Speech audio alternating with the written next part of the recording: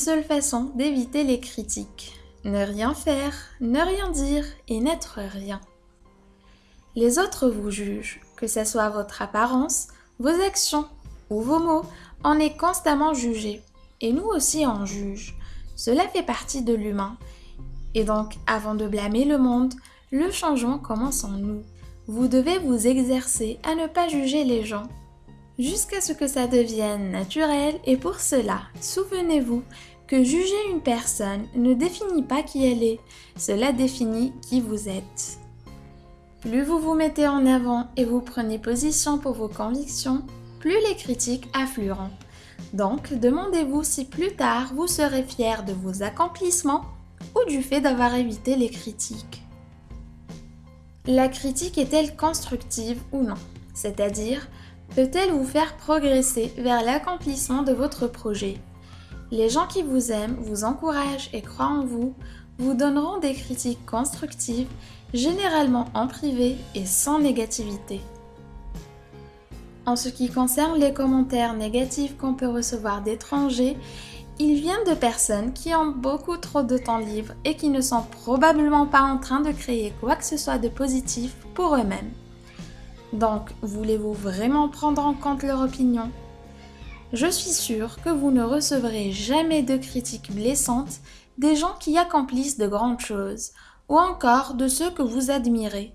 Les gens qui réussissent sont trop occupés à réaliser leurs projets, à vivre leur vie, pour venir vous juger et vous critiquer dans le but de vous démonter. La plupart du temps, les gens qui critiquent à tort et à travers sont des gens qui ne créent rien et ne prennent aucun risque. Il est plus facile de détruire que de construire.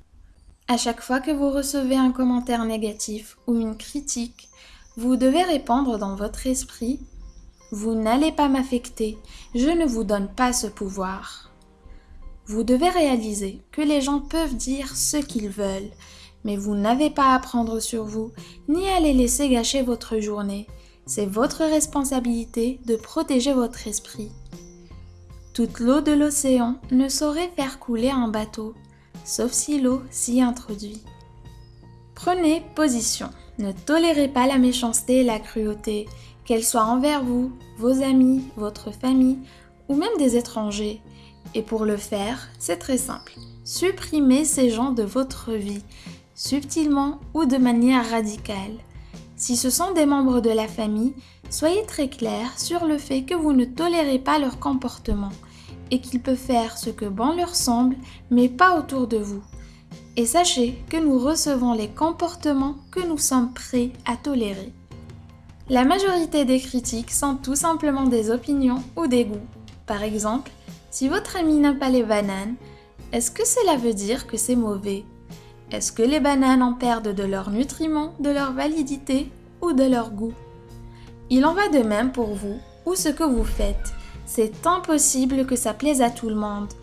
Et tant mieux, j'ai envie de dire, car sinon il n'y aurait aucune variété et rien d'intéressant. Seulement, certains ne sont dotés d'aucune intelligence émotionnelle et s'expriment de manière inappropriée ou blessante. Mais dans ce cas, rappelez-vous que ce qu'ils disent n'a rien à voir avec vous. Ils sont juste en train d'exprimer leur frustration. Ce n'est pas le critique qui compte. Ce n'est pas l'homme qui montre du doigt comment l'homme fort a trébuché. Tout le mérite appartient à celui qui descend vraiment dans l'arène, le visage couvert de poussière, de sueur et de sang, qui se bat vaillamment, qui échoue encore et encore parce qu'il n'y a pas d'action sans erreur et sans échec.